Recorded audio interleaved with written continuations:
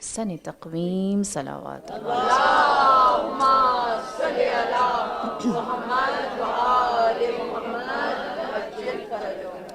ارشاد رب العزہ، ہم نے انسان کو اس کی بہترین خلقت میں پیدا کیا۔ لقد خلقنا الانسان فی احسن تقویم، فائنسٹ اسٹرکچر میں انسان کو ہم نے خلقت دی ہے۔ بس وہ پروردگار جو انسان کے بارے میں یہ کہتا ہے کہ اس سے بہتر یہ وجود خلق نہیں ہو سکتا تھا، تو اس نے اس کی خلقت کے بارے میں کیا کہا؟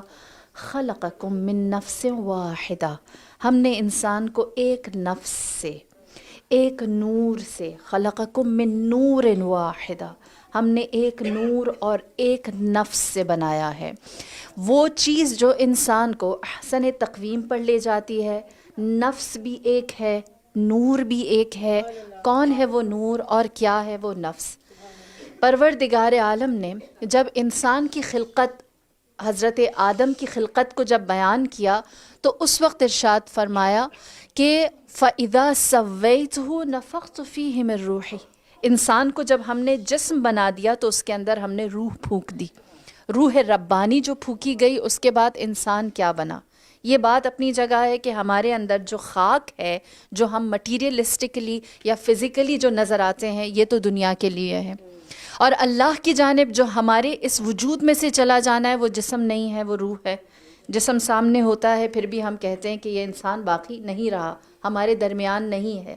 مطلب کیا ہے؟ نفخت فیہ من روحی، جو اللہ نے کہا کہ میں نے روح پھونکی تھی وہ واپس لے لی۔ انسان جو روح اور جسم کا مجموعہ ہے، جو خدا کی ذات سے اس نے حاصل کیا ہے، اس کے اندر ہم خدا ہی کو تلاش کرتے ہیں۔ انسان کے اندر اللہ ہی تلاش کرنا چاہیے۔ کسی کا بہت خوبصورت اللہ کی تلاش کے بارے میں ایک شعر ہے کہ میرا خام ہی یہ خیال ہے کہیں دور ہے وہ حجاب میں وہ ذات، میرا خام ہی یہ خیال ہے کہیں دور ہے وہ حجاب میں، وہ چھپا ہوا ہے یہیں کہیں میری ذات ہی کے حجاب میں۔ بس وہ ذات کردگار کہیں انسان کے وجود سے دور نہیں ہے، وہ اسی خلقت، اسی سرشت، اسی جسم، اسی وجود کے اندر باقی ہے۔ اور جب ہم چاہتے ہیں کہ اس ذات کردگار کو اس نفس واحد، اس نور واحد، نفخت فیہ من روحی میں تلاش کریں تو کیا ہے وہ؟ خدا کیا ہے؟ وہ رب کیا ہے؟ وہ معبود کیا ہے؟ وہ خالق کیسا ہے جس نے ہمیں احسن تقویم پر خلق کیا ہے؟ آپ سب جانتے ہیں خدا کی صفات، خدا کی ذات دو آئینہ ہے، دو رخ، دو جہات رکھتی ہے۔ وہ آئینے کیسے ہیں؟ ہم جب عقائد بھی پڑھتے ہیں تو ہم اس میں کہتے ہیں خدا کی کچھ صفات جلالیہ ہیں، کچھ جمالیہ ہیں۔ جو اللہ کی جلالی صفات ہیں وہ خدا کا ایک اور آئینہ ہے، جو جمالی صفات ہیں وہ خدا کا ایک اور رخ ہے۔ جلالی صفت کیا ہے؟ خدا قہار ہے۔ ہاں، عذاب ہمارے اوپر کون جہنم میں ڈالے گا؟ خدا کا قہر ہوگا، اس کا عذاب ہوگا، وہ وہاں پر انسان کی رسی کو پکڑے گا اور اس کے کیے ہوئے کا جواب سختی سے دے گا۔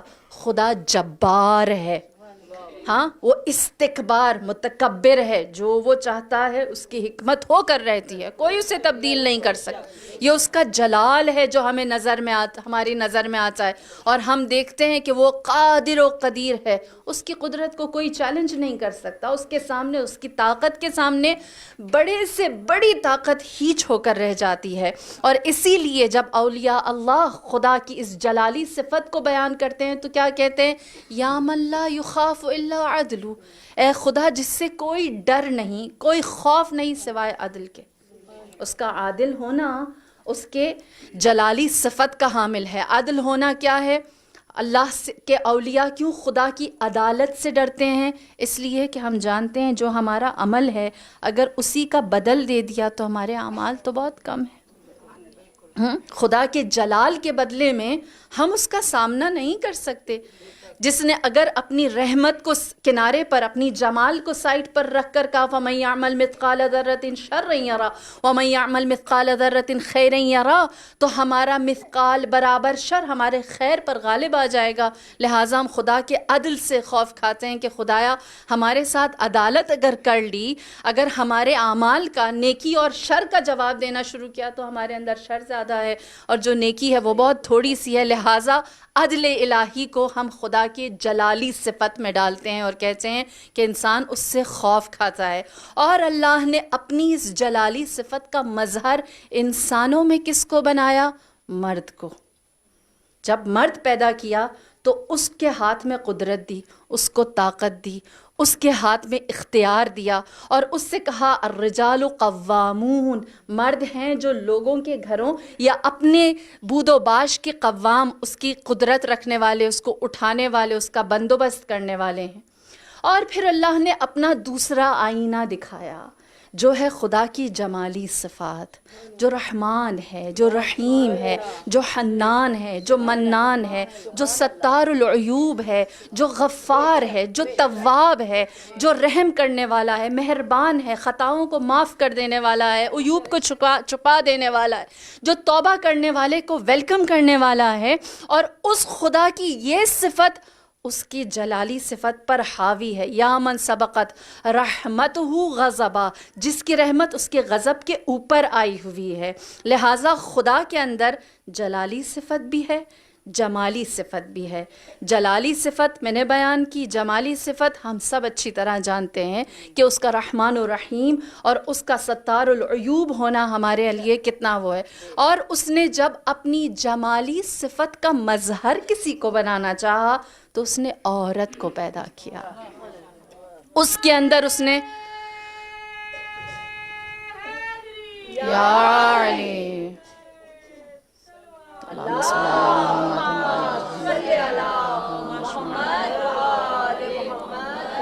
مرد کو جلالی صفات عطا کی اور عورت کو جمالی صفات عطا کی. اور جب عورت کو جمالی صفات عطا کی تو اس کو جمالی ذمہ داریاں بھی دیں، جو ماں بننا ہے، جو مربی بننا ہے، جو انبیاء کا کام ہے، جو اس نے اپنے نبیوں کے ذریعے کروایا ہے.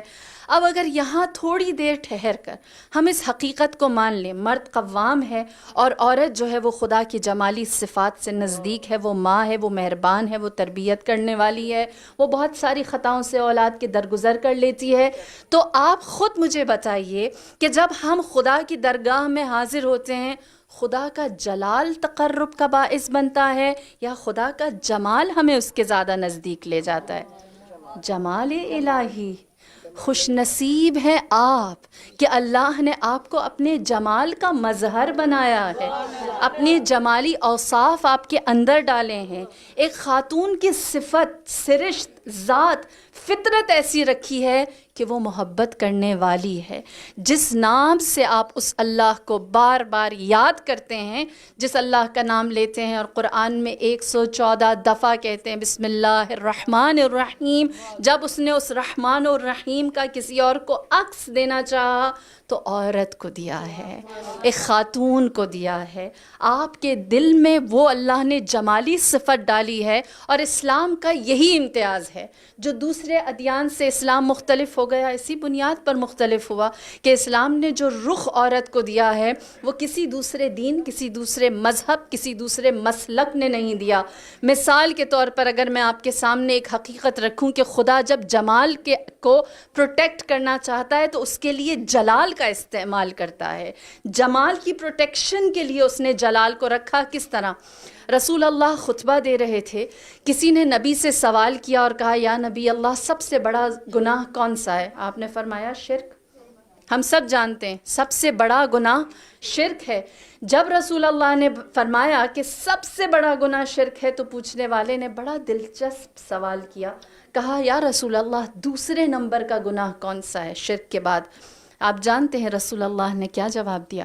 فرمایا عورت پر ظلم کرنا دوسرا بڑا گناہ ہے. المرأۃ کالریحانہ لیست القہرمانہ، عورت پھول کی مانند ہے، یہ تمہارا ظلم سہنے کے لیے نہیں آئی. اس کو پھول کی طرح رکھو، اس کی پروٹیکشن کرو. اللہ نے تمہیں یہ جو طاقت اور قدرت اور قوام بنایا ہے اس لیے بنایا ہے کہ تم اس عورت کی حفاظت کرو. لہٰذا دوسرا بڑا ظلم یہ ہے کہ ایک عورت کے اوپر، دوسرا بڑا گناہ یہ ہے کہ ایک عورت کے اوپر گناہ کیا جائے. اور اسی لیے اسلام نے جو مقام ایک عورت کو دیا ہے وہ کوئی دوسرا نہ دے سکا. آپ دیکھتے چلیے، میرے نبی نے فرمایا اکثر الخیر فی النساء، سب سے زیادہ خیر، کثرت کے ساتھ جو خیر ہے وہ عورتوں کے اندر ہے۔ پھر اس کے بعد فرمایا کہ جب اللہ چاہتا ہے کہ جزا دے تو مردوں کو کم دیتا ہے، عورتوں کو زیادہ دیتا ہے۔ مرد ناراض ہوئے، کہنے لگے یا نبی اللہ کیوں عورتوں کو جزا زیادہ ملتی ہے؟ آپ نے فرمایا وہ رقیق القلب ہیں، وہ نرم دل ہیں، وہ دل سے اللہ کو پکارتی ہیں، جبکہ جو مرد ہوتا ہے وہ حکمت نظری کے ساتھ، یعنی وہ عقل اور فہم کے ساتھ پکارتا ہے، اور اللہ دلوں میں بستا ہے، اللہ دلوں پر حکومت کرتا ہے۔ اللہ اکبر یا رسول اللہ۔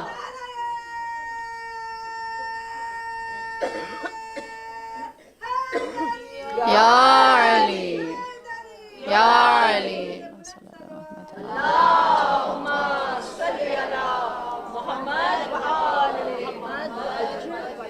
بس خدا دلوں پر حکومت کرتا ہے، اور جو دلوں میں اللہ کو بساتی ہیں وہ خواتین ہیں۔ یہی وجہ ہے کہ اللہ پہلے خاتون کو بالغ کر دیتا ہے اور مرد کو دیر سے بالغ کرتا ہے۔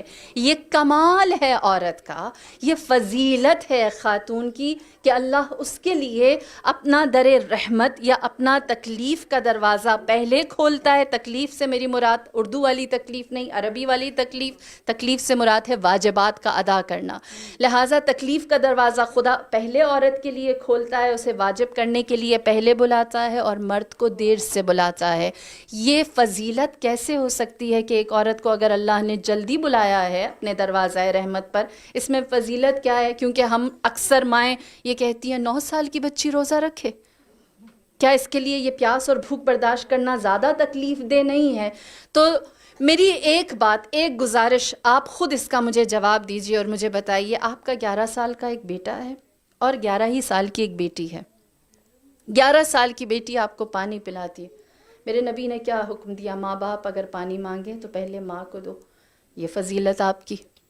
اب جب پانی دے دیا تو اس کے بعد بیٹے نے بھی دیا، بیٹی نے بھی دیا۔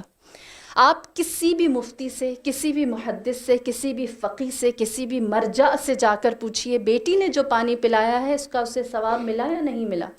وہ آپ کو ایک لمبی لسٹ دے دیں گے، ماں باپ کی خدمت کا اتنا ثواب ہے، پانی پلانے کا اتنا ثواب ہے، جنت واجب ہو جاتی ہے، اور بہت ساری باتیں۔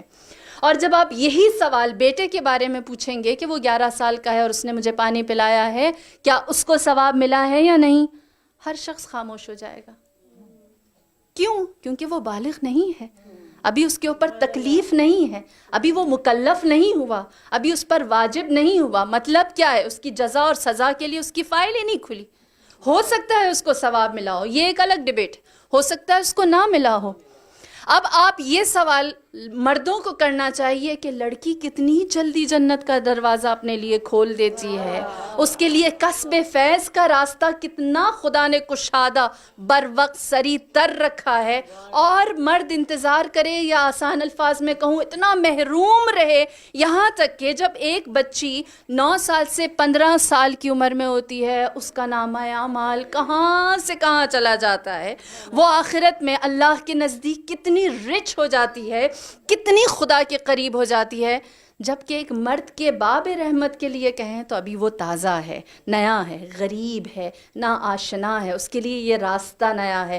خدا نے یہ لطف و کرم ہمارے اوپر رکھا ہے، یہ اس کی رحمت کی نشانی ہے، یہ فضیلت کی علامت ہے۔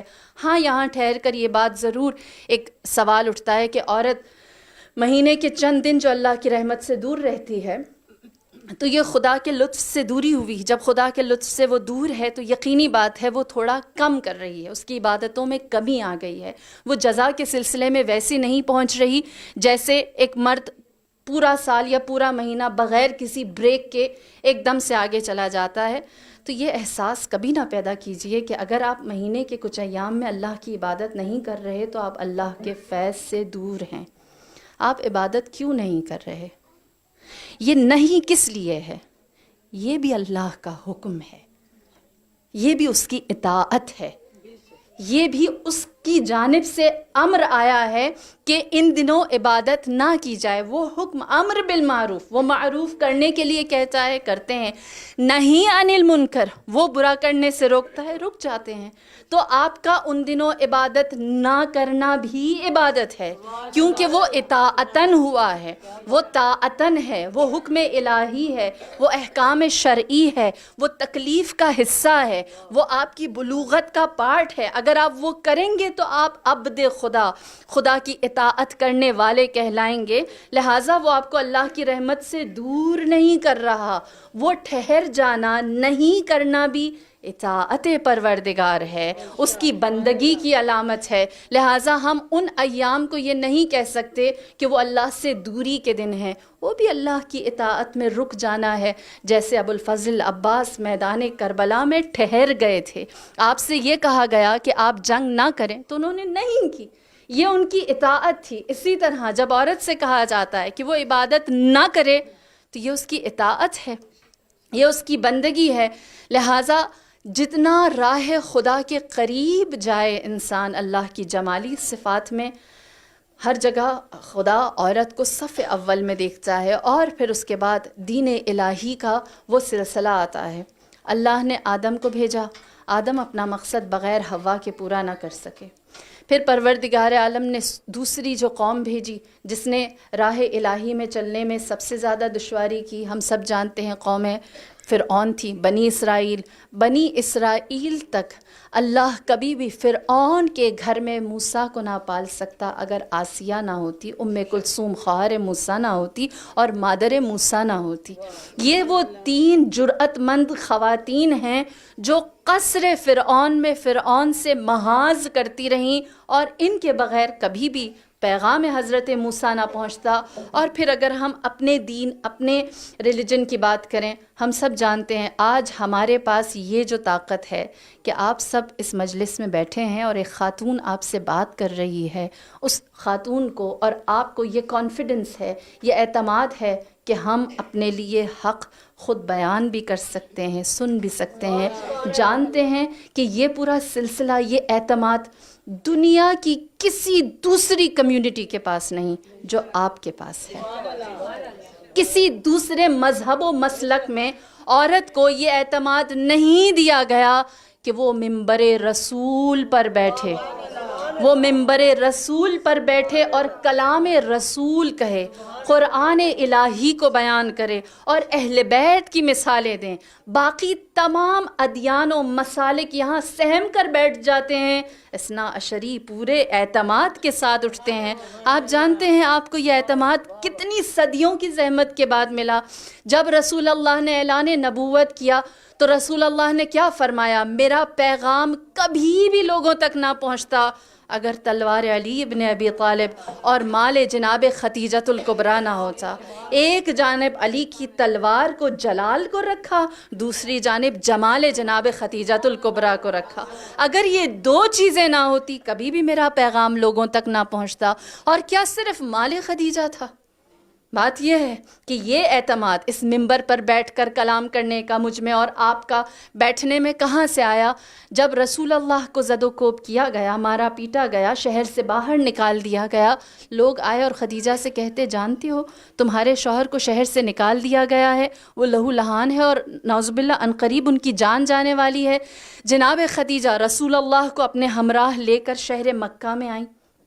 اپنے گھر کی جانب جب آپ چلتی ہوئی آ رہی تھیں تو دوبارہ دیوانے لوگ آئے اور آپ کی جانب پتھر مارنے لگے. جناب خدیجہ یہ اس زمانے کی خاتون تھی جہاں آپ سب جانتے ہیں عورت کی وقعت کیا تھی؟ اونٹ پر قربان ہو جاتی تھی 100 عورتیں. ایک سرخ اونٹ کی قیمت کیا تھی؟ 100 عورتیں بطور کنیز.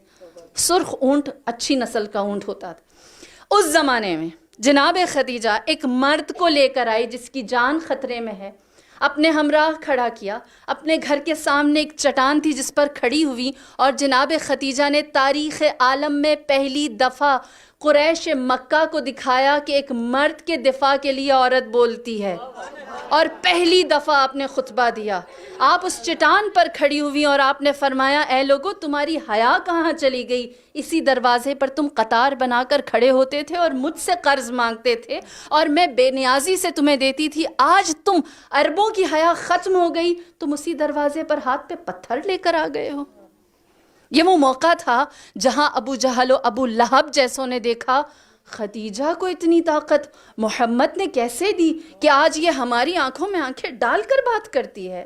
اور جناب خدیجہ کی ہیبت، وقار، کلام کے اندر لہجہ اور آپ کا سخن، فصاحت اور بلاغت، اور میں یوں کہوں اعتماد ایسا تھا کہ سب بپھر گئے، کوئی محمد کو کچھ نہ کہہ سکا، سب جان گئے اب خدیجہ صرف مالدار نہیں ہے، اب اس کی طاقت صرف دولت نہیں ہے، اب خدیجہ کے پاس ناز کرنے کے لیے محمد ہے، اسلام ہے۔ اللہم صلی اللہ محمد علیہ،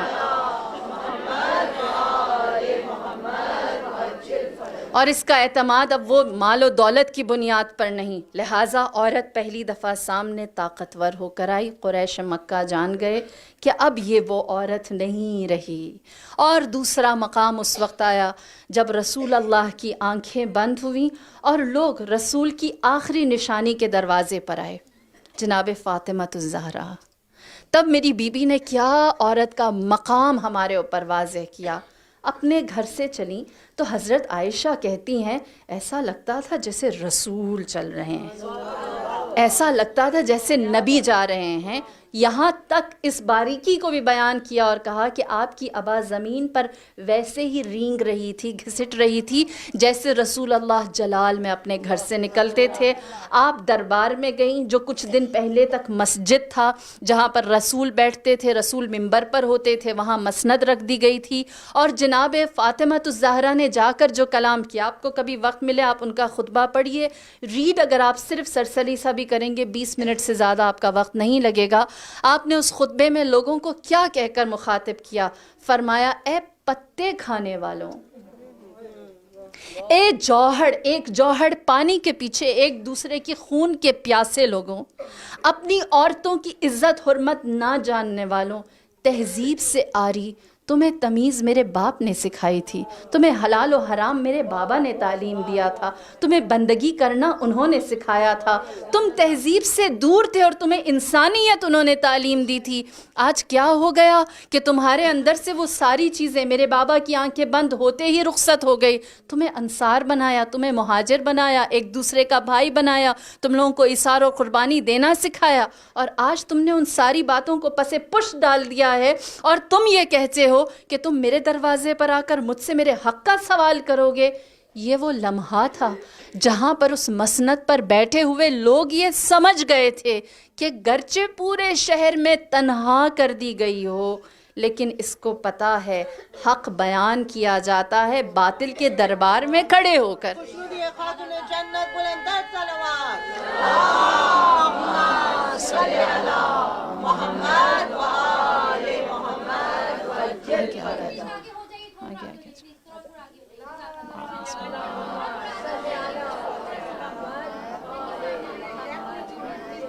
بارے دیگر نعرہ صلوات، اللہم صلی اللہ علیہ وسلم،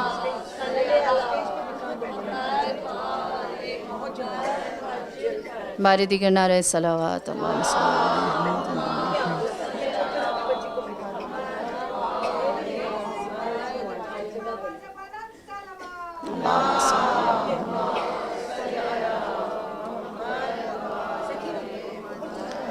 برائے تعجیل ظہور امام زمانہ صلوات اللہ علیہ وسلم۔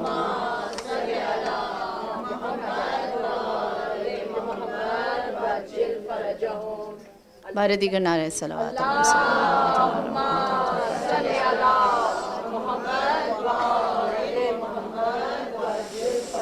بس اس وقت مسلمان بھی یہ جان گئے کہ جو فاطمہ الزہرا تنہا کر دی گئی ہے اس کے پاس حق کی معرفت، حق کو پہچاننا ایسی طاقت ہے کہ وہ مردوں کے درمیان اکیلی بھی ہو تو وہ کلام کرنا جانتی ہے، وہ حق مانگنا جانتی ہے، وہ حق پہچانوانا جانتی ہے۔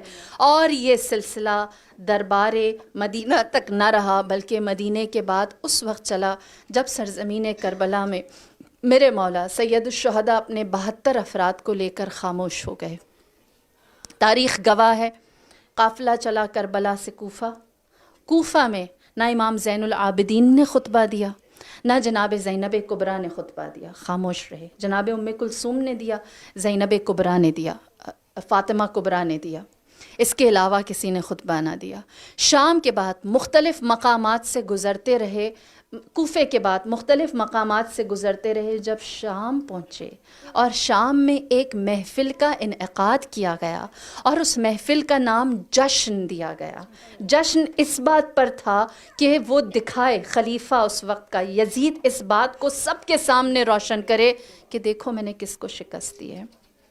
اور پھر دوسرا جو اس کا ایجنڈا، ایک تو اپنی فتح کو دکھانا تھا اور دوسری بات یہ تھی کہ جو شکست کھا گئے ہیں، جو میرے سامنے آتے ہیں، وہ کتنے غریب اور لاچار ہو جاتے ہیں، کتنا انہیں میں بے بس کر دیتا ہوں۔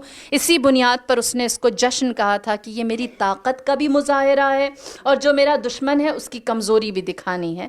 یہ دو چیزیں وہ دکھانا چاہتا تھا، نہ اس کو دین سے کوئی لینا دینا تھا اور نہ ہی اس کا ایمان سے کوئی تعلق تھا۔ اور یہ کیسا بادشاہ تھا! لازمی ہے ابھی بھی اگر آپ جائیں شام میں اور اس کا دربار دیکھیں تو اس دربار کو دیکھ کر احساس ہوتا ہے کہ وہ کوئی معمولی بادشاہ نہیں تھا۔ اس وقت تاریخ عالم میں چند اگر سب سے زیادہ طاقتور بادشاہوں کا نام آپ گوگل بھی کریں تو آپ کو ان میں یزید کا نام ملتا ہے۔ جو چند طاقتور بادشاہ گزرے ہیں، 3 کانٹیننٹس کے اوپر اس کی حکومت تھی، اور یہی نشہ تھا جس بنیاد پر وہ بہت مغرور تھا کہ میرے جیسا اس وقت، اور حقیقتاً اس زمانے میں 61 ہجری میں جو طاقت یزید کے پاس تھی وہ کسی کے پاس نہ تھی، اور اس سے ٹکرانے کے لیے بہت سارے لوگ بارہا سوچتے تھے، خیال کرتے تھے کہ آیا ہم یزید کا مقابلہ کر سکیں گے یا نہ کر سکیں گے۔ اور دوسری چیز اس کی طاقت کی یہ بھی تھی کہ وہ صرف مسلمان ملکوں کے اوپر اس نے اسلام کو اجرا نہیں کیا تھا، اس نے بہت سارے عیسائیوں اور نصرانیوں اور یہودیوں کو بھی اپنے زیر لے آیا تھا اور ان کی طاقت کو بھی استعمال کرتا۔ آپ نے اسی لیے تاریخ کربلا میں یہ سن رکھا ہوگا کہ کوفے والوں کو یہ بتایا گیا تھا کہ شام سے عیسائیوں کا لشکر آ رہا ہے حسین سے لڑنے کے لیے، جو حسین پر ایمان ہی نہیں رکھتے، دیکھو جو حسین کا ساتھ دے گا ان کے ساتھ وہ عیسائی کیا کریں گے۔ یعنی مسلمان اور مسلمان مد مقابل نہیں ہے۔ یہ یزید کی طاقت تھی جو اس وقت ہر جگہ اس کا چرچا تھا۔ ایسا بادشاہ تھا اور اپنی فتح کا جشن منا رہا تھا، اور بیویوں کو جتنا زیادہ، اہل حرم کو جتنا کمزور کیا جا سکتا تھا کمزور کر کے پیش کیا گیا۔ اور اس کمزوری کا مشاہدہ اس وقت بیویوں نے اپنی نظر پاک سے بھی کیا۔ آپ نے بارہا سن رکھا ہے، زنجیر میں جکڑا ہوا تھا، طوق و سلاسل میں باندھا ہوا تھا، اور وہ راستہ آج بھی اگر آپ شام جائیں اور اس راستے کو آپ آرام سے بھی طے کریں تو 12 سے 15 منٹ لگتے ہیں۔ 12 سے 15 منٹ کا راستہ تاریخ دانوں نے لکھا ہے اور کہا ہے فجر سے شروع ہوا، مغرب پر ختم ہوا۔ اس حد تک اس نے بے بس ظاہر کرنا چاہا کہ ان کا ایک قدم بھی، ایک حرکت بھی میری مرضی کے بغیر نہیں ہو سکتا۔ میں بس اس سفر میں ایک بات بار بار سوچتی رہی، جب میں شام گئی، وہ راستہ طے کیا کہ سر کھلا ہوا تھا، بے بسی کا عالم تھا، اور جو دکانیں ہیں وہ کتنی نزدیک ہیں کہ بندہ اگر ذرا سا اپنا دامن پھیلائے تو دونوں دکانیں اس کی پہنچ میں آ جاتی۔ اللہ کو معلوم زینب کبریٰ نے اس حالت میں نماز کیسے پڑھی۔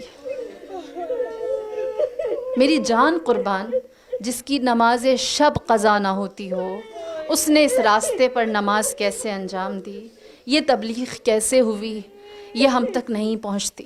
لیکن ہمارا فرض ہے کہ ہم اس کو سوچیں کہ جس کو ایسا بے بس کر دیا گیا اور بالآخرہ جناب زینب کبریٰ اس ملعون کے سامنے لا کر کھڑی کر دی گئیں۔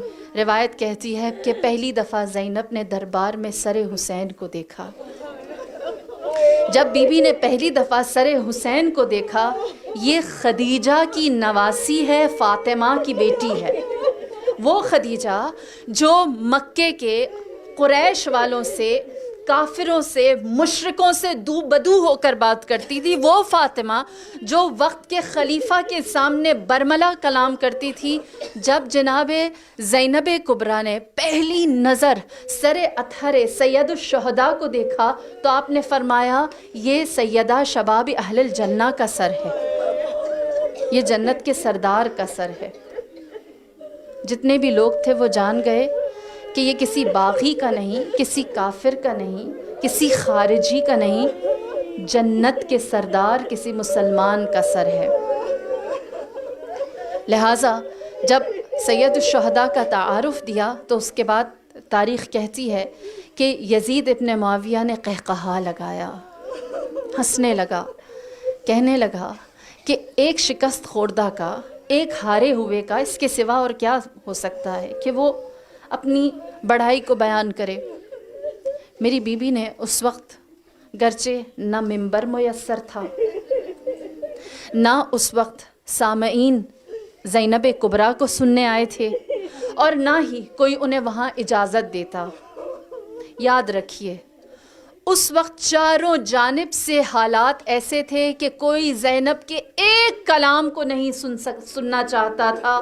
اس وقت بی بی نے قرآن کی وہ آیت پڑھی جس سے سب خاموش ہو گئے، فرمایا وَلَا تَحْسَبَنَّ الَّذِينَ كَفَرُوا إِنَّمَا نُمْلِي لَهُمْ خَيْرٌ لِأَنفُسِهِمْ إِنَّمَا نُمْلِي لَهُمْ لِيَزْدَادُوا إِثْمًا۔ اے کفر کرنے والوں جان لو اگر تمہیں ڈھیل دی گئی ہے، اگر تمہیں مہلت دی گئی ہے تو یہ تمہارے لیے اچھا نہیں ہے۔ قرآن کی آیت ہے، اللہ نے تمہیں مہلت اس لیے دی ہے تاکہ تمہارا گناہ اور زیادہ ہو جائے، تاکہ تم عذاب اٹھانے والے بن جاؤ، تاکہ تمہارے اوپر بار گناہ بڑھتا چلا جائے۔ اور اس کے بعد اس نے کہا کہ اے علی کی بیٹی مجھے بتا تیرے ساتھ تیرے اللہ نے کیا کیا۔ میری بیوی نے، آپ نے اکثر یہ جملہ سنا، آپ نے جواب دیا ما رأیت الا جمیلا، میں نے سوائے حسن و خوبی کے کچھ نہ دیکھا۔ آپ نے واقعہ کربلا کو ایک خوبصورت تجربے کے طور پر بیان کیا۔ آپ نے بتایا میں نے جو کربلا میں دیکھا اس میں شہادت ہے اور کرامت ہے، نہ شہادت میں ہمارے لیے ذلت و رسوائی ہے، نہ کرامت میں ہمارے لیے کوئی عیب ہے یا ہمارا سر جھک جائے۔ فرمایا ما رأیت الا جمیلا۔ اور پھر اس کے بعد زینب کبریٰ نے کیا کہا، یاد رکھیے یہ جملے مجھے اور آپ کو اور ہماری اولادوں کو یاد ہونے چاہیے۔ آپ نے فرمایا اے یزید، آج میرے اوپر سب سے بڑا ظلم، کربلا میں ظلم نہیں ہوا، میرے اوپر سب سے بڑا ظلم یہ ہوا ہے کہ مجھ جیسے کو تجھ جیسے سے بات کرنی پڑ رہی ہے۔ اور پھر اس کے بعد فرمایا یزید کر لے سعیک ناصب وجہک وَقِدْ کَیدک، اے یزید تو اپنی تمام کوششوں کو کر لے، ناصب وجہک اپنی طاقت لگا دے، وَسَعْسَعْیَک اور جو تجھ سے بن پڑتا ہے کر لے، لا تمحو ذکرنا تو ہمارے ذکر کو نہیں مٹا سکے گا، ولا تمت وحینا تو ہماری وحی کو نہیں ختم کر سکے گا، ولا ترحس عارنا اور نہ ہی تو ہمارے جیسا مقام و منزلت پا سکے گا۔ تمہیں ہماری جیسی منزلت دوسروں کے دلوں میں ہماری جیسی محبت بھی نہیں ملے گی، نہ وہی مٹے گی، نہ ہمارا ذکر ختم ہوگا، اور نہ ہی تمہیں کوئی مقام و منزلت ہماری جیسی ملے گی۔ پھر اس کے بعد آپ نے فرمایا تو یہ سمجھتا ہے جو گناہ تو نے کیا ہے اس کا داغ مٹ جائے گا۔ دربار یزید میں کھڑی ہو کر زینب کبریٰ نے 3 باتیں یزید سے کہیں جو میں بیان کر چکی ہوں، اس کے علاوہ جو یاد رکھیے۔ بی بی نے فرمایا، سوال کیا، کہا مجھے بتا جو تیرے دامن پر داغ ہے یہ مٹ جائے گا؟ لا واللہ یہ کبھی نہیں مٹے گا۔ تیرے آس پاس جو لوگ ہیں یہ ہمیشہ تیرے ساتھ رہیں گے؟ لا واللہ یہ تیرے ساتھ نہیں رہیں گے۔ اور تیری جو یہ حکومت ہے یہ باقی رہے گی، ایسی ہی رہے گی، تیری حکومت کو طاقت کو پائیدار ملے گا؟ لا واللہ ہرگز نہیں ملے گا۔ آپ نے پھر اس کے بعد کہا یاد رکھ تیری یہ تینوں چیزیں، تیری حکومت، تیرے ساتھی اور تیرا یہ ظلم اس وقت تک باقی رہے گا جب تک منادی ندا نہیں دیتا الا لعنت اللہ علی القوم الظالمین، اللہ کی لعنت ہے ظلم کرنے والوں کے اوپر۔ یہ وہ مقام تھا جہاں پر یزید جان گیا کہ اسلام نے عورت کو کتنی طاقت دے دی ہے، یہ اکیلی ہو، یہ اسیر ہو، یہ بندھی ہوئی ہو، یہ مرد کھو کر آئی ہو، اس نے تانے سہے ہوں، اس نے بدماشوں کا سامنا کیا ہو، لوگوں نے اس کے اوپر پتھر برسائے ہوں، پردہ دار ہو، اس کی پردہ دری ہو گئی ہو، لیکن وہ حق کو پہچانتی ہے اور حق کو بیان کرتی ہے۔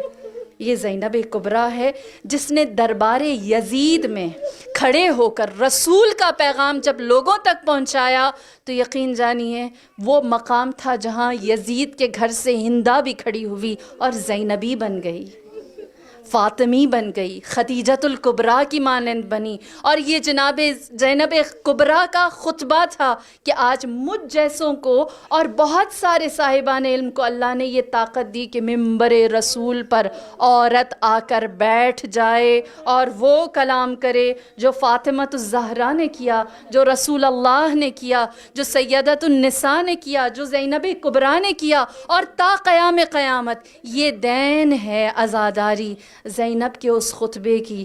جہاں باطل آئے گا وہاں آپ کا حق کو جان لینا صاحب جمال ہوتے ہوئے آپ کو جلالی بنا دے گا۔ وہ دل جو آزردہ تھا، جس کے اوپر داغ حسین کی جدائی کا تھا، تاریخ گواہ ہے جناب زینب کبریٰ کے لیے روئے ارض پر، زمین پر جو سب سے کٹھن چیز، سب سے مشکل چیز تھی وہ سید الشہداء، سیدہ شباب اہل الجنہ سے دور رہنا تھا۔ تبھی عقد کی شرط یہ رکھی کہ روزانہ چہرہ حسین کو دیکھ سکوں۔ شرط قبول ہوئی۔ کوئی دن زینب نے ایسا نہ گزارا تھا۔ اللہ آپ کے بھائیوں کو سلامت رکھے، اللہ آپ کے بھائیوں سے آپ کا تعلق بہترین رکھے، آپ ہر روز اپنے بھائی کی خیر کی خبر سنیں۔ صدقہ جناب زینب کبریٰ کا سب کے گھروں میں خیر رہے۔ کوئی دن زینب کا ایسا نہ گزرا تھا جب بیوی نے حسین کا چہرہ نہ دیکھا ہو۔ آپ تصور کر سکتے ہیں کہ جب اس زینب کے پاس اس کا عزیز ترین بھائی یہ آ کر کہے اب وقت وداع ہے، اب وداع کا وقت آ گیا، اب آخری سلام کا وقت آ گیا۔ تاریخ گواہ جب تمام جانثار 72 جانیں لٹ گئیں، علی اصغر بھی کام آ گئے، تو میرے مولا خیمہ جناب زینب کبریٰ میں گئے۔ آپ نے فرمایا ہے زینب کبریٰ مجھے وہ کرتا دینا جو میری ماں نے آپ کے پاس امانتاً رکھوایا تھا۔ زینب کبریٰ عالمہ غیر معلمہ تھی، اسرار امامت جان گئیں۔ کرتا پیش کیا، کہا اے بھیا یہ امانت ہے جو میری ماں نے مجھے بستر شہادت پر دی تھی، یہ آپ کے حوالے کر دی۔ اب ذرا اپنی گردن سے امامے کا پٹکا تو ہٹانا۔ میرے مولا نے اپنی گردن سے امامے کا پٹکا ہٹایا۔ زینب آگے بڑھی، گلے کا بوسہ لیا۔ میرے مولا حیران ہوئے، کہنے لگے کہ اے زینب یہ آپ نے کیا کیا؟ جواب دیا، کہا کہ اماں کی وصیت پوری کی ہے۔ میری پہلو شکستہ ماں جب بستر شہادت پر تھی تو آپ نے مجھ سے کہا تھا اے میری بیٹی جب میرا فرزند یہ کرتا لینے آئے تو جان لینا کہ اس وقت حسین اللہ پر قربان ہونے چلا ہے، اور جب اس کو کرتا دینا تو میری جانب سے اس کے گردن کا بوسہ لے لینا، کیونکہ وہ اس کی مقتل ہے جہاں پر اس کے گردن پر چھری چلائی جائے۔ جب سید الشہداء نے یہ سنا تو فرمایا اے میری بہن اپنے ہاتھوں سے ابا پردہ تو ہٹانا۔ بی بی نے پردہ ہٹایا۔ میرے مولا نے جناب زینب کبریٰ کے ہاتھوں کا بوسہ لیا۔ بی بی نے کہا کہ اے بھائی یہ بوسہ آپ نے کیوں لیا؟ فرمایا 19 رمضان تھی جب بابا کے سر اطہر پر فرق لگا تھا اور آپ کے بدن سے خون جاری تھا، وہ میرا بابا ہمیں صبر کی تلقین کر رہا تھا، اور تلقین کرتے کرتے میرے بابا نے کہا تھا اے حسن و حسین، میرے بعد ایسا بھی وقت آئے گا کہ میرے 18 جوان باقی نہ رہیں گے، اور نرغۂ آدھا میں میری عصمت کی ماں جناب زینب کبریٰ تنہا ہوگی، اس کے ہاتھوں میں رسن بنے گی، جب وہ تمہیں ملے تو اسے میری جانب سے اس کے ہاتھوں کا بوسہ لے لینا۔ الغرض بہن اور بھائی نے اپنے ماں باپ کی تمام وصیتیں پوری کیں۔ میرے مولا نے اس کرتے کو اور پھاڑا اور بوسیدہ کیا، اور زیادہ اس کو پارا پارا کیا، اپنے تن پر پہنا، اپنے تن پر زرہ سجائی، سر پر امامہ باندھا، اس کی تحت الحنک چھوڑ دی جیسے میت کی چھوڑی جاتی ہے، میت کو جیسے کفن پہناتے ہیں۔ میرے غریب امام نے اپنے آپ کو خود ہی اپنے ہاتھوں سے کفن پہنایا، اور اس کے بعد اپنے ہاتھ میں تلوار حمائل کی، ایک دفعہ ذوالجناح پر سوار ہوئے، خیموں کی جانب رخ کر کے فرمایا علیکن منی سلام یا زینب یا ام کلثوم یا ام رباب یا سکینہ، میری جانب سے تم سب پر سلام ہو، اے زینب کبریٰ، اے ام کلثوم، اے میری لاڈلی سکینہ، اے میری زوجہ ام رباب، تم سب پر میرا سلام آخر دلوں پر ہاتھ رکھ کر بتائیے۔ جن خیموں میں رہنے والی بیویوں کو یہ پتہ ہے کہ اب ہمارے پاس جو آخری چلتا ہوا مرد تھا، جو ہمارے پاس صحت مند آخری مرد تھا، وہ بھی جا رہا، میرا رب جانے، خیموں میں موجود بیبیاں جانے کہ اس آخری وداع کا جواب کس طرح سے دیا۔ بس تاریخ نے اتنا لکھا ہے کہ حسین چند قدم چل سکے ہیں، اور اس کے بعد ذوالجناح چلا نہیں، اس کے قدم رک گئے۔ جب ذوالجناح رک گیا تو میرے مولا نے ذوالجناح کے کانوں میں بس اتنا کہا اے میرے دلدل، یہ تجھے آخری زحمت ہے جو ہم دے رہے ہیں، اس کے بعد تجھے کوئی زحمت نہ دیں گے۔ جب میرے مولا نے یہ کہا، ذوالجناح نے نگاہیں جھکا لی، دیکھا کہ قدموں میں جناب سکینہ لپٹی بیٹھی ہیں۔ اے ذوالجناح، میں جانتی ہوں میرا بابا اللہ پر قربان ہونے جا رہا ہے، میرا باپ نہیں رکے گا، میں تجھ سے التماس کرتی ہوں میرے بابا کو نہ لے جا۔ میرے مولا ذوالجناح سے اترے، سکینہ کو اپنے سینے سے لگایا، اللہ سے دعا کی پروردگار میری اس لاڈلی کو گہری نیند دے دے۔ اللہ نے دعا قبول کی، سکینہ کو باپ کے سینے پر آخری دفعہ نیند آ گئی۔ میرے مولا نے ریت کا تکیہ بنایا، بچی کو ریت پر سلایا، اور ایک جملہ کہا اے میری لاڈلی، تجھے ہم نے یتیمی کے حوالے کیا، حسین سے آخری وداع ہو گیا۔ سوئے مقتل میرا مولا چلا، تنہا پیاسا لڑتا رہا، ایک جانب 9 لاکھ درندے، دوسری جانب جنت کا سردار۔ میرا رب جانے، میری ماں فاطمہ الزہرا جانے، میرا مظلوم حسین جانے، ایسا کیا ہوا کہ قتل الحسین کربلا کی صدا بلند ہوئی، زینب طلعہ زینبیہ پر آئی، 70 قدم کے فاصلے، 70 قدم کے فاصلے سے زینب نے دیکھا، سر تن سے جدا ہوا، سر نیزے پر سوار ہوا۔ ہاں اہل عزا، آپ اگر جاننا چاہتے ہیں کہ زینب کے دل پر کیا بھی تھی، اس سر کو نو کے نیزہ پر دیکھ کر 11 محرم کربلا چھوڑنا کیا تھا۔ یقیناً آپ میں سے بہت سے لوگوں نے کربلا زیارت کی، آپ زوار بنے، حرم سید الشہداء میں گئے، نہ وہ چہرہ دیکھا، نہ سر تن سے جدا ہونا دیکھا، لیکن میں جانتی ہوں جب آپ کربلا سے نکلے تھے تو آپ کے دل پر کیا قیامت ٹوٹی تھی۔ کربلا چھوڑنا کتنا مشکل ہے، کربلا کو وداع کہنا کتنا دشوار ہے، حسین سے یہ کہنا کہ آپ پھر ملیں گے کتنا سخت ہے۔ تصور کیجئے 11 محرم جب زینب بے گورو کفن لاشیں چھوڑ کر کربلا سے نکل رہی ہے، مڑ مڑ کر بندے ہاتھوں سے زینب پیچھے دیکھتی تھی، مڑ مڑ کر کربلا کو دیکھتی تھی، اور بی بی ایک مرثیہ پڑھتی تھی، رات کو سونے سے پہلے اپنے بچوں کو بتانا زینب کے لیے حسین کو ودا کرنا کیا دشوار تھا۔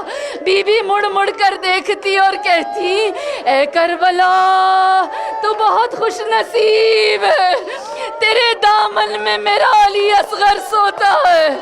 اے کربلا ہو سکے تو میرے اصغر کے لیے کچھ نم ہو جانا، ذرا گھیلی ہو جانا۔ اے کربلا تو نے بڑا اونچا بخت پایا ہے، تیرے دامن میں میرا عباس سوتا ہے، ہو سکے تو میرے عباس کے لیے تو نم ہو جانا۔ پھر فرماتی ہے کربلا تو بڑی خوش نصیب ہے، تیرے دامن میں میرا علی اکبر سوتا ہے، میں نے اکبر پر کبھی دھوپ نہ پڑنے دی، ہو سکے تو اکبر پر چھاؤں بن جانا۔ اور پھر زینب نے کہا اے کربلا میں تجھ پر ناز کرتی ہوں، میں تجھ پر رش کرتی ہوں، تیرے دامن میں میرا حسین سوتا ہے، میرے حسین کی ہڈیاں پیاسی، اس کی رگیں پیاسی، اس کے لب تشنا، میرے حسین کے لیے نم ہو جانا، میرے پیاسے کو سیراب کر دینا۔